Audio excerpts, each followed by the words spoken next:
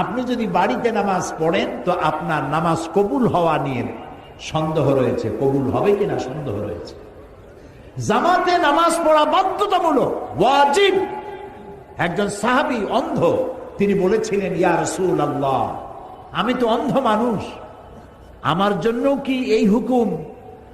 রাসূলুল্লাহ জিজ্ঞেস করলেন, তুমি কি আজান শুনতে পাও? তিনি জবাব দিলেন, হ্যাঁ, আমি আমার বাড়িতে বসে আজান শুনতে পাই। রাসূলুল্লাহ বললেন, জবাব দিও, তার মানে তোমাকেও মসজিদে আসতে হবে। একজন অন্ধের জন্য জামাতে মসজিদে যাওয়া থেকে রুখসত পেল না, সো কলারা কি রুখসত পাবে? আরো কঠিন হাদিস শুনুন। কি হাদিস? কঠিন হাদিস।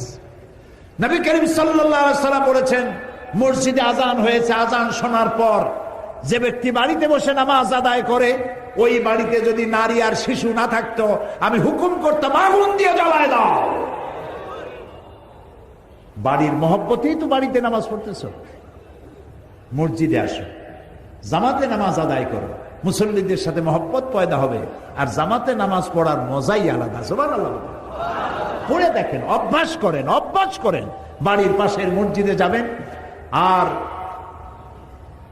ফজরের নামাজের পর আপনি যখন ফজরের নামাজের আজান হবে, আপনি উজু করে বেরিয়ে মহল্লা দিয়ে যখন মসজিদের দিকে যাবেন, আসসালাত আসসালাত, ও ভাই নামাজের আজান হয়ে গেছে, ওঠো ভাই ওঠো, কে ঘুমায় আছে ওঠো, নামাজের জন্য চলো।